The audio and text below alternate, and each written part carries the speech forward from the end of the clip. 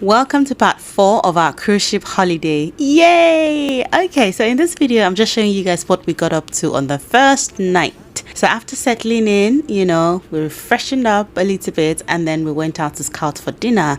Now there's so many different options for dinner on board, from buffet options to like dining, restaurant options and stuff like that. But we eventually just settled in to go to one of the restaurants and to eat.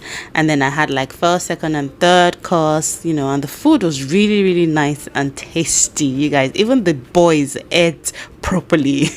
And then it was back to our room to watch the lovely sunset. There was no rush to kind of like do any activities for that night because that was the first night, and so we just pretty much chilled in the room, in the balcony, and watched the sunset for a little bit before going to bed. And that's it for part 4. I'll see you in part 5. Bye.